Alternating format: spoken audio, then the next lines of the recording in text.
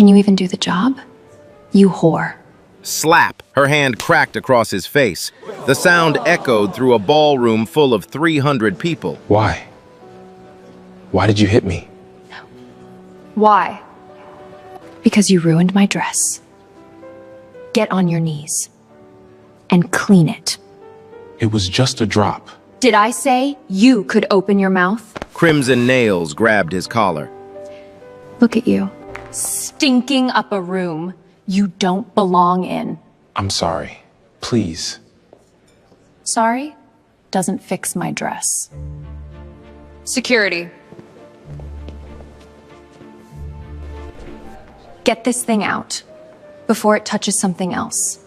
300 guests, champagne glasses frozen midair. Not one word. He straightened his collar, folded his apron, walked out. Nobody stopped her. Nobody said a thing. But very soon, she would regret everything she just did. The Meridian Grand Hotel had spent 4 months preparing for this night. 4,000 crystal teardrops hung from the ballroom ceiling, splitting light into tiny rainbows that crawled across white marble. Champagne towers rose 6 tiers high at every corner. Dom Perignon, nothing less. A string quartet played Vivaldi near the east wall. Nobody listened. The annual Whitfield Industries Charity Gala was never about charity. It was about being seen, about who wore what, who stood next to whom, who mattered. 300 guests filled the room. Hedge fund managers in bespoke Savile Row, old money in quiet cashmere, new money in loud diamonds. They orbited each other like slow planets, champagne flutes tilted at the same angle, laughter pitched at the same volume. A senator shook hands near the bar. A tech CEO posed for a photographer. Everyone performed. Nobody was real. Then, Victoria Whitfield walked in. 26. Platinum blonde waves brushing bare shoulders, skin like milk under chandelier light. A red Valentino gown. $47,000 of hand-beaded crystal catching fire with every step. The thigh-high slit flashed silver Jimmy Choo heels that cracked against marble like a judge's gavel. A 3-strand Cartier diamond necklace pressed heavy against her collarbone. Crimson gel nails, long, sharp, freshly done, curled around a Judith Lieber clutch. The scent of Clive Christian arrived 3 steps before she did. She smiled. The room bent toward her. "Darling, divine," a silver-haired woman cooed. Victoria's red nails fluttered. Not a wave, a dismissal. She scanned the room the way a landlord scans property. Her eyes slid over waitstaff without stopping. They were furniture, furniture that carried drinks. Across that invisible line stood a man no one would remember by morning. Warren Adams, 45, 6'1". Broad shoulders packed into a black waiter's uniform 1 size too small. Sleeves riding up thick forearms roped with tendon and old callus. Salt and pepper hair cropped tight to the skull. 3 pale scars crossed the knuckles of his left hand, faded but permanent. Gifts from a childhood shuffled through 7 foster homes in the Bronx. His black shoes had given up their shine years ago. The rubber soles squeaked on marble every 3rd step. He carried a silver tray with a stillness that didn't come from training. It came from somewhere deeper. His face gave nothing. No smile, no complaint, no opinion. Stone. But his eyes were something else entirely. Dark, quiet, recording. They tracked the floor manager snapping at a young waitress over a crooked napkin. They clocked a guest waving away a busboy without lifting his gaze from his phone. They watched Victoria's crimson nails flick toward a server who'd approached from the wrong side. The server flinching like a dog expecting a kick. Warren noted it all. Every dismissal, every snapped finger, every pair of eyes that looked through him like glass. He filed each one the way an accountant files receipts. Quietly, precisely, for later. Reaching for a linen cloth on a high shelf, his sleeve pulled back an inch. Underneath, a flash of blue dial, white gold case. A Patek Philippe Nautilus. A watch worth more than every car in the hotel garage combined. It sat on his wrist like a secret. No one saw it. No one ever looked at a waiter's wrist. No one ever looked at a waiter at all. The crystal teardrops kept splitting light.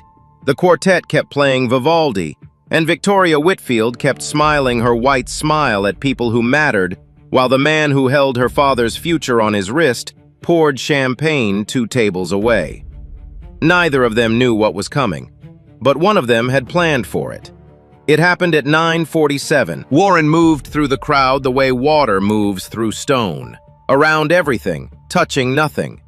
Silver tray balanced on his left palm, 6 champagne flutes catching chandelier light. He kept his eyes forward, his steps measured, his breathing even. Victoria stood near the grand piano with 3 women who looked almost exactly like her.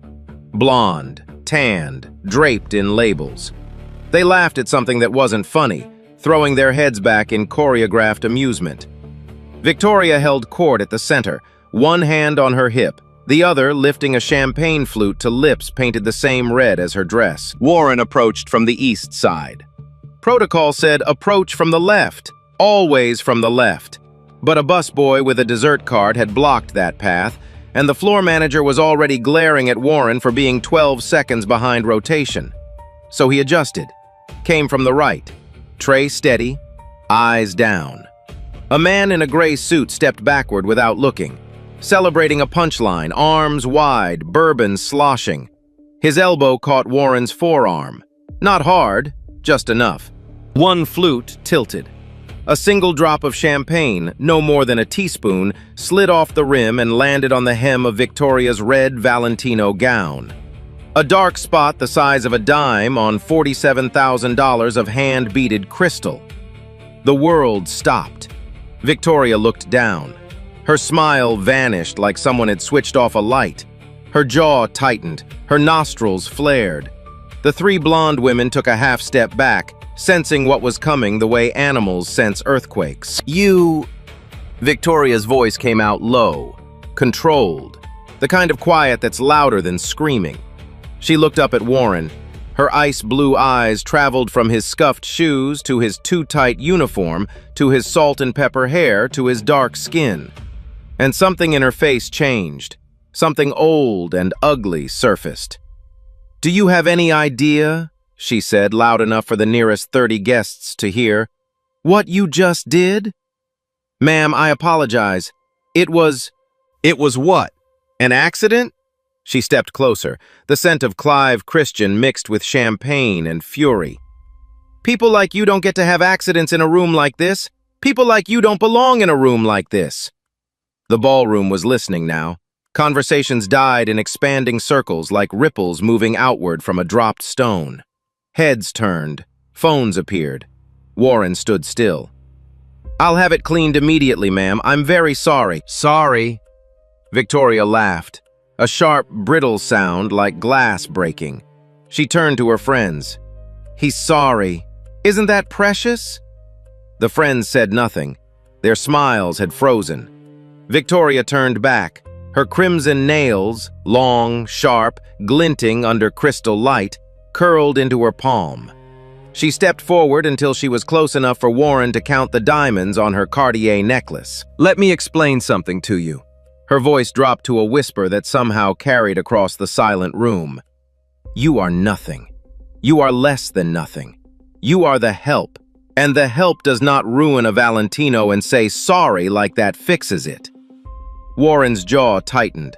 A muscle flickered near his temple, but he said nothing. His hands stayed at his sides. The silver tray hung from his left hand, perfectly level. Victoria's right hand came up fast. The slap cracked across the ballroom like a gunshot. Her palm, crimson nails, diamond ring, soft skin that had never known a day of labor, connected with his left cheek. The ring caught the skin below his eye. His head turned with the force of it. A red welt rose instantly on dark skin, 5 finger marks blooming like a brand. 300 people saw it. 300 people heard it. The string quartet stopped mid-note. A champagne flute somewhere shattered on marble. Nobody moved. Gerald Whitfield stood at the VIP table near the stage. 60 years old, silver hair combed back, Brioni suit, silk pocket square. He watched his daughter slap a black waiter in front of every important person in the city. He lifted his champagne glass, took a sip, looked away. Warren straightened, slowly. His left cheek burned red under brown skin. He looked at Victoria, not with anger, not with humiliation, with something she couldn't read. Something that made her blink. He reached behind his back, untied the apron strings, pulled the white fabric over his head, folded it once, neat, precise, deliberate, and laid it on the silver tray. As his arms moved, the sleeve of his uniform pulled back. The Patek Philippe Nautilus caught the chandelier light. Blue dial, white gold, $60,000 on the wrist of a man who'd just been slapped for spilling a drop of champagne. Nobody noticed. They were all looking at the red marks on his face. Warren set the tray on the nearest table, turned, walked toward the service exit. His rubber soles squeaked on marble, the only sound in a room of 300 silent people. He didn't run, didn't hurry. Each step was measured, even, controlled. The way a man walks when he knows exactly where he's going. The service door closed behind him with a soft click. Victoria smoothed her dress, tossed her platinum hair, turned back to her friends with a smile that showed too many teeth. "Well," she said, "that's handled." The quartet started playing again. Conversations resumed. Champagne flowed. And within the hour, Victoria Whitfield would post the video herself, because she thought she was the hero of this story. She wasn't. The video hit Instagram at 11:14 that night. Victoria posted it herself. She'd had a friend record the whole thing. Not the champagne drop, not the accident, just the slap and its aftermath. The camera angle was perfect, flattering. It caught Victoria from her good side, chin lifted, Valentino catching the light. It caught the waiter's face turning with the impact. It caught her smile afterward. The caption read, "Teaching the help some manners at Daddy's Gala."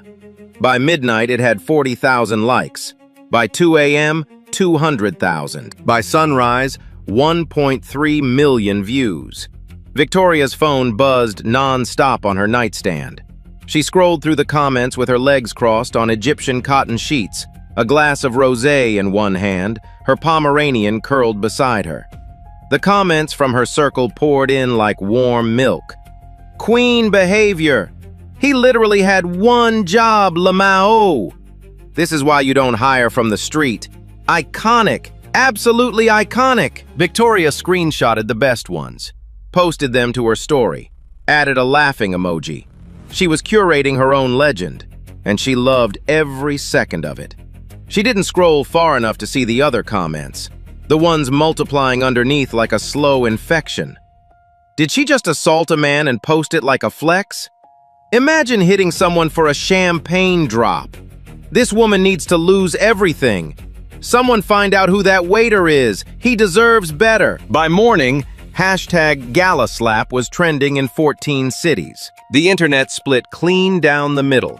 One side saw a woman protecting her property, standing up for standards, enforcing the natural order. The other side saw a rich white woman slapping a black man for existing in her space and celebrating it like a trophy. Think pieces multiplied. Cable news picked it up. A civil rights organization issued a statement. A rapper with 18 million followers quote-tweeted the video with 3 words. "We remember this." Victoria noticed the backlash the way a yacht notices a ripple. She posted a selfie the next afternoon. Fresh blowout, new Hermes bag, brunch at the Ivy. Caption, "Haters gonna hate. My dress cost more than your mortgage." Her friends texted fire emojis. Her follower count climbed by 30,000. In Victoria's world, outrage was just another form of attention. And attention was currency she'd been spending her whole life. The waiter, meanwhile, had vanished. No name. No social media. No interview requests answered. The hotel's HR department confirmed he'd been hired through a third-party staffing agency. But when journalists called the agency, the number was disconnected. No records, no forwarding address, no trace. It was as if he'd walked out of that service door and dissolved into the New York night. #WhoIsTheWaiter trended for a day, then faded. The internet moved on to the next outrage. Victoria kept posting. The story seemed over. It wasn't. 40 floors above Manhattan, in a corner office with floor-to-ceiling windows overlooking the East River, Gerald Whitfield wasn't thinking about waiters or hashtags or trending topics. He was thinking about money. Specifically, $200 million of it. The annual board meeting was 9 days away, and for the first time in Whitfield Industries' 23-year history, the company's largest shareholder, a private equity fund called Adams Capital Partners, had requested a face-to-face meeting. Not through email, not through lawyers. The CEO of Adams Capital wanted to sit in the boardroom, look Gerald in the eye, and discuss the future of the investment. Gerald had never met the man. In 5 years of partnership, every interaction had passed through intermediaries, law firms, investment banks, encrypted correspondence. Adams Capital had poured $340 million into Whitfield Industries, acquiring 35% of the company. They were the silent engine behind every expansion, every acquisition, every quarterly report that made Gerald look like a genius. And now their CEO wanted to meet, in person, to discuss continued commitment and cultural alignment. Gerald took it as a good sign, a great sign. He told his CFO to prepare the best pitch deck of their careers. He told his assistant to order the same champagne they'd served at the gala, Dom Perignon, the vintage. He told his wife to buy a new tie, Power Red. "This meeting decides the next decade," Gerald said, standing at the head of the conference table, both palms flat on mahogany. "Adams Capital doubles down. Our stock jumps 30% overnight. We become untouchable." He said the word untouchable and believed it completely. On his way home that evening, Gerald called his daughter. "Victoria, the board meeting next Thursday. I need you there." "Daddy, board meetings are literally the most boring thing on earth." "This isn't optional. You're my successor. Act like it. Wear something professional. And for God's sake, stay off Instagram for one morning." Victoria sighed dramatically. "Fine." She hung up and went back to scrolling her mentions. A fan account had made a compilation of her best moments. The gala slap was number 1. She watched it 3 times. Each time she smiled wider. 9 days. That's how long the Whitfield family had left before their entire world tipped over. And somewhere across the city, in a penthouse they didn't know existed, a man with salt and pepper hair and scars on his knuckles was watching the same video on a 70-inch screen. Not smiling, not angry, just watching. The way a surgeon studies an X-ray before picking up the scalpel. The elevator opened on the 58th floor, and a different world began. Warren Adams' penthouse overlooked Central Park. Floor-to-ceiling windows framed the skyline like a painting no gallery could afford. Minimal furniture, clean lines, dark leather, polished concrete. No clutter, no excess, just space, silence, and a bookshelf covering an entire wall, packed with financial journals and dog-eared economic histories. A Basquiat original hung above the fireplace. Not a print. $11 million at Sotheby's. Warren had bought it because it reminded him of something. A kid from nowhere, painting his rage onto walls until the world couldn't look away. He stood by the window now, Central Park spreading green far below. No waiter's uniform, no scuffed shoes. Navy Brioni suit. Custom cut, peak lapel, fabric that moved like water. The Patek Philippe Nautilus on his left wrist catching morning light. John Lobb Oxfords, polished to a mirror. His salt and pepper hair was the same. His scars were the same. But the man wearing them was unrecognizable. This was the real Warren Adams, founder and CEO of Adams Capital Partners, a private equity fund managing $2.3 billion across 47 companies. 40 employees on the top floor of a Madison Avenue tower. 22% annual returns for 12 consecutive years. Forbes number 114. Bloomberg had profiled him twice. He declined both times. Warren didn't like being known. Being unknown was his greatest weapon. In the corner of his office, behind a glass case lit by a single halogen, hung 4 uniforms. A janitor's jumpsuit, gray, name tag reading Bill. A FedEx delivery polo, wrinkled, coffee-stained. A kitchen porter's apron from a restaurant in Chicago. And the newest, a black waiter's uniform, one size too small, with a folded white apron on top. Each uniform was a mission. Each mission was a test. Warren had grown up with nothing. Orphaned at 3. 7 foster homes in the Bronx before 16. 3 were bad, 2 were worse. The scars on his knuckles weren't from fights he started. They were from doors he'd tried to keep closed at night. He taught himself financial statements at the public library on 149th Street. GED at 17. Community college. Started trading with $400 saved from washing dishes at a diner on Jerome Avenue. First million at 24. First billion at 38. But the money was never the point. Warren had learned something in those foster homes that no business school could teach. The way people treat you when they think you're powerless is the only truth that matters. Everything else is performance. So before investing a single dollar, Warren went undercover. He mopped floors at a tech company in Austin, watched the CEO scream at a cleaning woman, then give a TED talk about empathy the next day. Pulled the investment. He delivered packages at a startup in Denver, watched every employee hold the door, watched the founder eat lunch with warehouse workers. Invested $40 million. That company tripled. Whitfield Industries was his biggest bet. $340 million. 35% ownership. Gerald Whitfield had never seen Warren's face. Every communication passed through attorneys and fund managers. Until 9 days ago, when he'd put on the waiter's uniform and watched Victoria Whitfield's crimson nails crack across his face. Now he sat at his desk, reclaimed walnut that had once been a church door, watching security footage on his monitor. Not Victoria's Instagram version, the real version.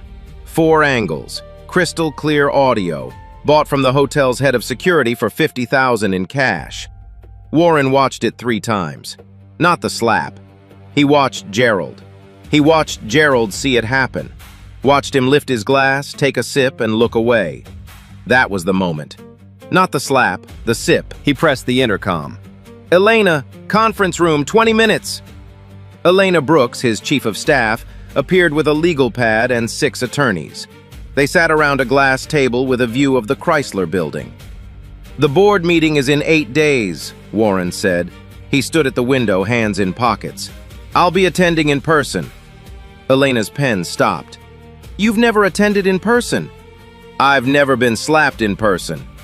Silence. "Prepare the full cultural assessment, security footage, organizational behavior analysis, everything." He turned from the window. "And prepare the divestiture documents, complete exit, all $340 million. Elena set her pen down. "Warren, that's our largest position." He looked at her. The same dark eyes that had stared at Victoria over a silver tray. The same stone face. But behind the stone, something burned. "It was," he said. "Prepare the documents." 8 days became 5. 5 became 2. And Gerald Whitfield could feel the clock in his chest like a second heartbeat. He arrived at the office before dawn on Tuesday, 2 days before the board meeting. The building was empty. His footsteps echoed through the marble lobby. The security guard nodded. Gerald didn't notice. He was running numbers in his head, rehearsing phrases, imagining handshakes. His corner office on the 39th floor had been reorganized 3 times that week. Fresh flowers, white roses, no color, nothing distracting. A new Mont Blanc pen set arranged on the desk like surgical instruments. The pitch deck sat on his screen. 42 slides of growth projections, market analysis, and carefully worded promises. He'd reviewed it 11 times, changed the font twice, moved a decimal point that didn't need moving. Gerald picked up the phone and called Adams Capital for the 6th time that week. The same receptionist answered with the same polished voice. "Adams Capital Partners, how may I direct your call?" "This is Gerald Whitfield. I'd like to confirm Thursday's agenda with Mr. Adams' office." A pause. Then, "Mr. Adams has confirmed his attendance. He will be arriving at 9 a.m. sharp. He has one addition to the agenda. Gerald's pen stopped. What addition? Item 7. Cultural due diligence assessment. Cultural due... What does that mean exactly? Mr. Adams will present it himself. Is there anything else, Mr. Whitfield? Gerald hung up. Cultural due diligence. He rolled the phrase around in his mouth like a piece of food he couldn't identify. Probably some HR buzzword. ESG metrics. Diversity statistics. The kind of thing consultants charged $50,000 to produce and nobody read. He shrugged it off. The important thing was item 1 through 6. The money. The 200 million. The future. That evening, Gerald tried on his new suit. Charcoal Zegna. His wife adjusted the lapels. He chose the red tie, the one he wore when he wanted to project authority. He practiced his opening line in the bathroom mirror. Mr. Adams, it's an honor to finally meet the man behind the fund. He said it 4 times. Each time, he smiled wider. Meanwhile, 40 blocks south, Victoria Whitfield was having a different kind of evening. She stood in her walk-in closet, a room the size of most New York apartments, flipping through racks of dresses with the speed of someone who'd been doing this since she could stand. Board meeting. Professional. Boring. She pulled a red Dolce & Gabbana sheath dress off the rack and held it against herself in the mirror. Red. Always red. Red was power. Red was her color. She paired it with a Cartier love bracelet, red-soled Louboutins, and a blowout appointment for Thursday morning. Done. Board meeting outfit in under 4 minutes. A new personal record. Her phone buzzed. Instagram notification. Someone had commented on the gala video again. The 12,000th comment that week. She didn't open it. She'd stopped reading comments 3 days ago. Not because they bothered her, because they bored her. Old news. What Victoria didn't know, what she couldn't have known, was that 6 blocks from her closet, a journalist named Diane Collins was sitting in a cramped office at the Financial Herald, staring at a corkboard covered in red string and printouts. Diane had been pulling threads on #GalaSlap for 9 days. The waiter had no employment record at the Meridian Grand. The staffing agency that supposedly hired him didn't exist. The phone number traced to a disconnected burner. The hotel's head of security had resigned 3 days after the gala, citing personal reasons. And the security camera footage from that night had been purchased, all 4 angles, by an anonymous buyer for an undisclosed sum. Someone had cleaned the scene, professionally, expensively. Diane had spent 14 years covering white-collar crime. She knew what professional cleanup looked like. And this wasn't a waiter covering his tracks. This was someone with resources, serious resources. She pulled the guest list for the gala, cross-referenced it with the staffing company's registration documents. Found nothing. Then she searched the other direction. Who had recently increased their investment in Whitfield Industries? Who had access but stayed invisible? At 2 a.m., Diane found a filing with the SEC Adams Capital Partners. 35% stake. No public photo of the CEO, no interviews, no conference appearances. A ghost with $340 million in Whitfield stock. She couldn't prove it, not yet, but her gut told her the story was bigger than a slap. She was right. She just didn't know how right. Wednesday night, the eve of the board meeting. Gerald sat in bed, reading glasses perched on his nose, reviewing the pitch deck one final time on his iPad. His wife slept beside him. The house was quiet. His phone lit up. An email from Adams Capital. Subject: Updated agenda.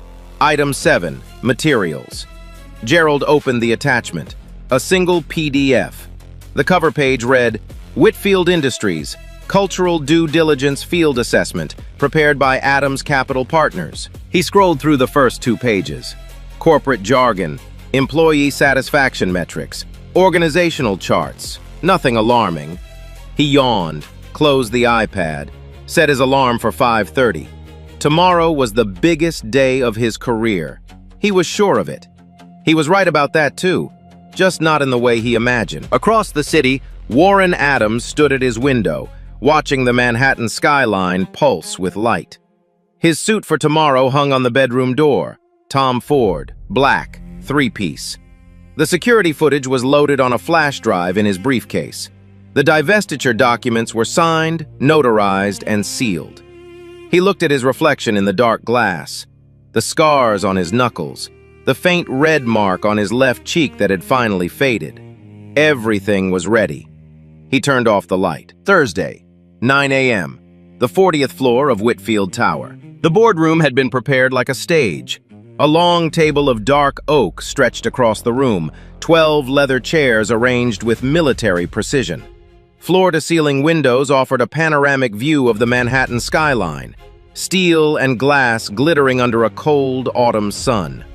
Fresh flowers sat at the center of the table, white roses again. A tray of Evian bottles, labels facing outward. 2 carafes of coffee, steam still rising. A bottle of Dom Perignon chilling in a silver bucket near the credenza, Gerald's personal touch. Gerald Whitfield sat at the head of the table. Charcoal Zegna suit, red power tie, silver hair combed back with precision. His Mont Blanc pen lay parallel to a leather portfolio. He looked the part. He'd spent 59 years learning how to look the part.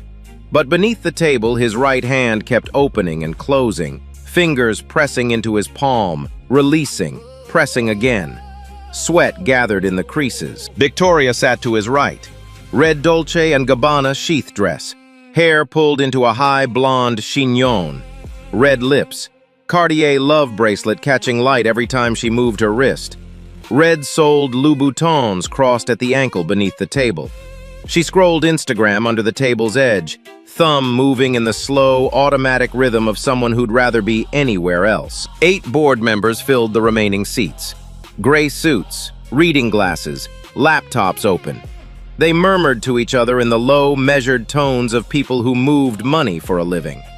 The CFO, a thin man named Harold Price, reviewed his notes for the 3rd time, pen tapping against his legal pad. 9:03. Gerald checked his watch, checked the door, checked his watch again. 9:04. The room hummed with the particular tension of people waiting for someone more powerful than themselves. 9:05. The glass door opened. Warren Adams walked in.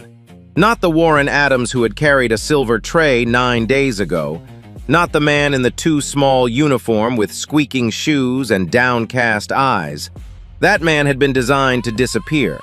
This one was designed to command. Black Tom Ford suit, 3 pieces, custom tailored. The jacket sat on his broad shoulders like it had been born there, tapering to a narrow waist, each button catching light. The fabric was so dark it seemed to absorb the room. Underneath, a white shirt with a spread collar, no tie. The only man in the room confident enough to skip one. The Patek Philippe Nautilus gleamed on his left wrist. The same blue dial, the same white gold case that had flashed unnoticed under the ballroom's service lights. John Lobb Oxford shoes, polished to a mirror finish, clicked against the marble floor with a sound nothing like squeaking rubber. His salt and pepper hair was the same. The scars across his knuckles were the same. The dark, quiet eyes were the same. Everything else was transformed. He walked slowly, each step deliberate, measured, the way a man walks when the room already belongs to him and he's just arriving to collect it. 2 attorneys followed, a woman in a charcoal suit carrying a leather briefcase, a man in navy with a silver laptop under his arm. They moved like shadows. Warren's eyes swept the room. The oak table, the white roses, the champagne bucket, the 8 board members who'd never met him, the CFO with the tapping pen. Then his gaze reached Victoria. She felt it before she saw it. Something cold settled on her skin like a window had opened in winter. She looked up from her phone. Their eyes met. The recognition took exactly 1.5 seconds. Her brain processed it in layers. Dark skin, salt and pepper hair, broad shoulders, the line of the jaw, those eyes. Those quiet, recording eyes. The same eyes that had looked at her over a silver tray while her handprint burned red on his cheek. The blood drained from Victoria's face so fast it was almost visible, like watching color leave a photograph. Her lips parted. No sound came out. The phone slipped from her fingers and clattered on the table. Her right hand, the hand that had delivered the slap, knocked her water glass. It tipped. Water spread across the dark oak in a slow, silent pool. Nobody reached for a napkin. Every eye in the room followed hers to the man in the doorway. Gerald stood, extended his hand, smiled the smile he'd practiced in the bathroom mirror. "Mr. Adams, it's an honor to finally meet the man behind—" "Mr. Whitfield." Warren's voice was low, unhurried. He shook Gerald's hand, a firm, brief grip. His scarred knuckles wrapped around Gerald's soft palm for exactly 2 seconds. The lead attorney stepped forward. "Allow me to introduce Mr. Warren Adams, founder and chief executive officer of Adams Capital Partners, holder of 35% of Whitfield Industries' outstanding shares, your company's single largest investor." The words landed like stones dropped into still water. Gerald's smile froze. His eyes darted to Warren's face, really looked at it for the first time, then to Victoria, then back to Warren. The practiced smile crumbled at the edges, replaced by something raw and involuntary. His mouth opened slightly. His skin turned the color of the white roses on the table. He recognized him. Not from the gala. Gerald hadn't looked at the waiter long enough to remember a face. He recognized the situation, the impossible, catastrophic geometry of what his daughter had done. Victoria sat rigid. Her hands gripped the edge of the table, knuckles white, Cartier bracelet digging into skin. Her red lips were pressed together so tightly they'd gone pale. The water from the spilled glass dripped off the table's edge onto her red dress, a dark stain spreading across Dolce & Gabbana, and this time, she didn't say a word. Warren pulled out his chair, sat down, opened his laptop, adjusted his cufflinks. Not once did he look at Victoria. Not once did he acknowledge the spilled water, the white face, the trembling hands. He didn't need to. The room was doing his work for him. "Shall we begin?" he said.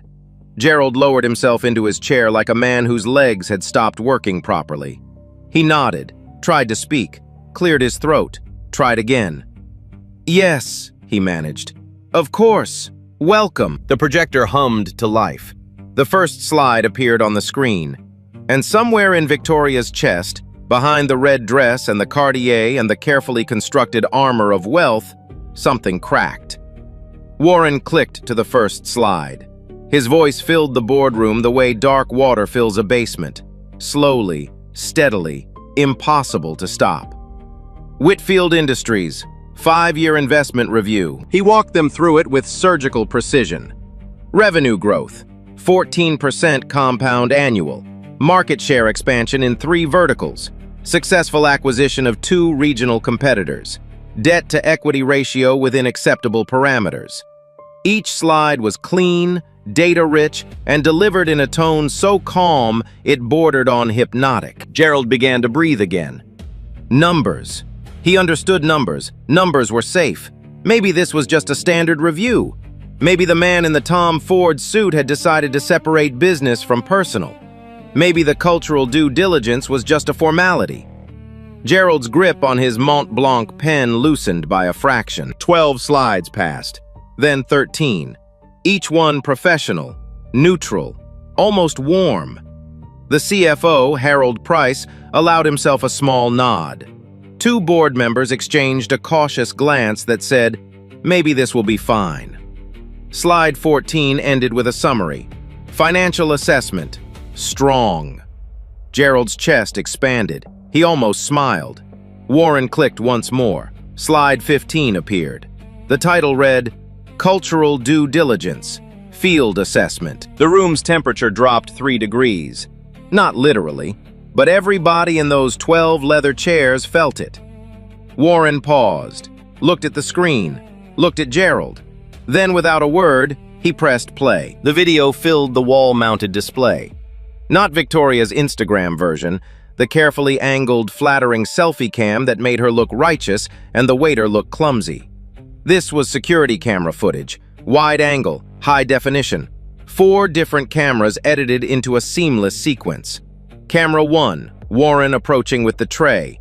The gray-suited man stepping backward, the collision. Camera 2, The champagne drop hitting the red dress, Victoria's face changing. The transformation from socialite to something older and uglier. Camera 3. The audio, crystal clear. Every word Victoria had said captured by the overhead microphone the hotel used for event recordings. People like you don't belong in a room like this. You are nothing. You are less than nothing. The help does not ruin a Valentino and say sorry. Each sentence landing in the silent boardroom like a hammer on glass. Camera 4. The slap. Close angle. Crimson nails. Diamond ring. The crack of palm against cheek. Warren's head turning. The red mark blooming on dark skin. And then, the wide shot. 300 people, standing still, watching. Gerald Whitfield lifting his champagne glass to his lips and turning away. The video ended. The screen went dark. The boardroom was so quiet that the hum of the air conditioning sounded like a scream. No one looked at Victoria. Everyone looked at Victoria. She sat frozen. Tears ran down her cheeks in 2 straight lines, cutting through foundation and blush, dropping off her jaw onto the red dress. Her mascara bled black trails under her eyes. Her lips moved but produced nothing. The Cartier bracelet trembled against the table's edge with a faint metallic tick. Warren stood. He buttoned his jacket, a single unhurried motion. He walked to the head of the table, not Gerald's end, the other end. The end closest to the screen, where the frozen image of a slap still lingered in everyone's retinas. "I invest in people," Warren said. His voice hadn't changed. Same tone as slide 1, same cadence as the revenue charts. Not just balance sheets, not just margins, people. He let the word hang. "My process is simple. Before I commit capital to any organization, I go inside. I work as the lowest paid person in the building. I mop floors, I carry trays, I deliver packages, and I watch." He looked at Gerald. "I watch how the leadership treats the people who can't fight back." Gerald's face was ash gray. His Mont Blanc pen lay on the table, abandoned. Both hands gripped the chair's armrests. "Whitfield Industries has been my largest investment for 5 years," Warren continued. $340 million, 35% ownership. I believed in this company's future." He paused. 9 days ago, I put on a waiter's uniform and walked into your gala to evaluate your organization's culture firsthand. He turned to the screen, the frozen frame of the slap. "This is what I found." Silence. The kind of silence that has weight. The kind that presses on eardrums and makes people forget how to swallow. Warren opened his briefcase, removed a single folder, placed it on the table.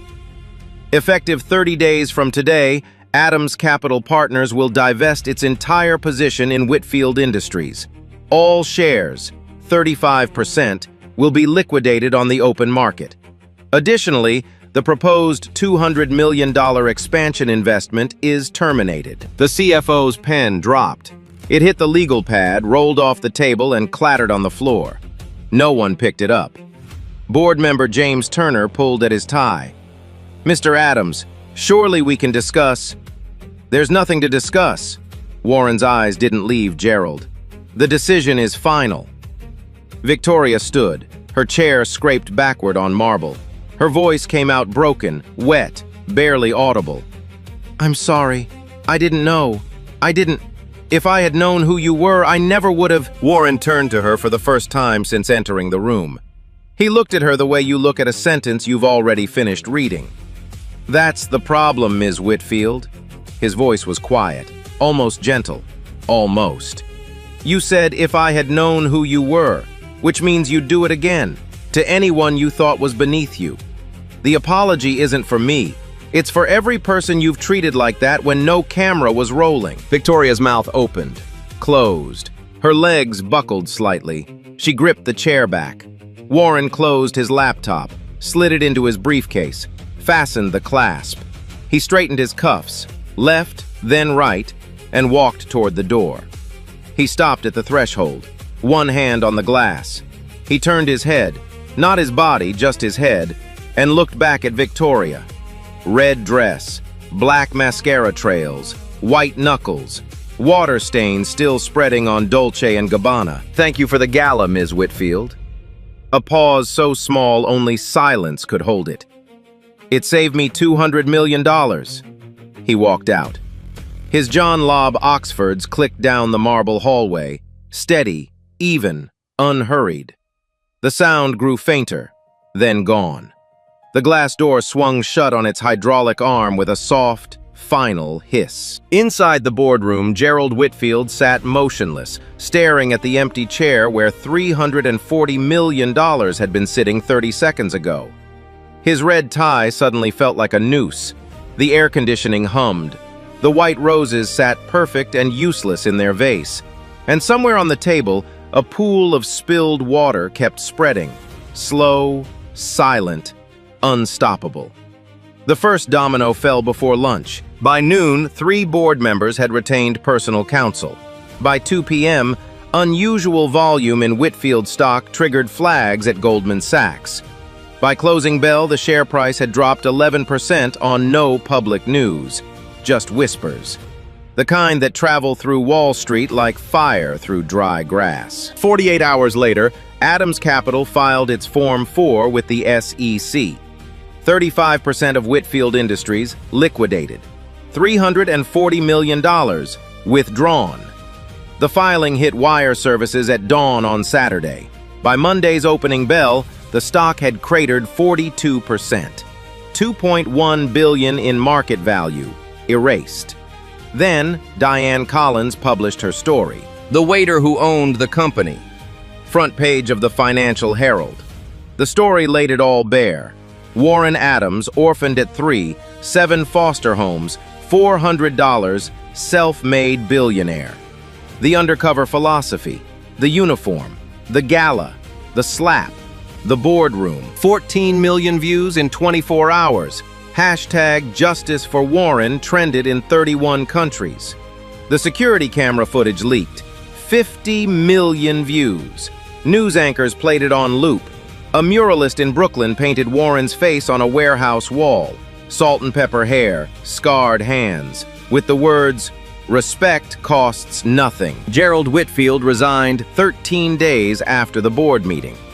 4-sentence statement. Personal reasons. He left through the service entrance, the same door Warren had walked out of the night of the gala. Victoria's world collapsed in stages. The trust fund froze first. The black Amex stopped working at a Bergdorf checkout. Then the friends vanished. Fire emoji texters gone like smoke. Phone calls unanswered. Brunch invitations dead. The silver-haired woman who'd called her divine unfollowed her on Instagram. Then the apartment. Without the trust fund, the Tribeca penthouse was gone. Victoria moved to a 1-bedroom in Jersey City. No doorman, no view. Her Instagram went private at 400,000 followers. It had been 1.2 million the night of the gala. 12 months later, a woman with brown hair, dyed from platinum, roots showing, walked into a small PR firm in Hoboken. Flat shoes, no jewelry, a Zara blazer. She handed her resume to the receptionist and sat in a plastic chair, hands folded, eyes on the floor. She got the job. Executive assistant. $45,000 a year, the price of the clutch she'd carried to the gala. Warren didn't watch the collapse. He was already somewhere else. 3 months after the board meeting, he established the Adams Foundation. 100 full-ride scholarships per year for children aging out of foster care. Housing, mentorship, the help no one had offered him at 16. 6 months later, he put on another uniform, gray maintenance jumpsuit. Name tag, Ray. A 12-person startup in a Brooklyn warehouse, mop in hand. On his 3rd day, a young developer stopped him in the hallway. Couldn't have been older than 25. She held out a paper cup of coffee. Long shift, huh? Take a break when you need one. Warren looked at the coffee. She wasn't performing, wasn't calculating, just being decent to someone she thought cleaned floors for a living. He took it. Thank you. Of course, she smiled, walked away. Warren stood in that hallway holding a paper cup from a stranger who'd been kind for no reason. The mop handle against his shoulder, fluorescent lights buzzing. He smiled. The first real smile since the night of the gala.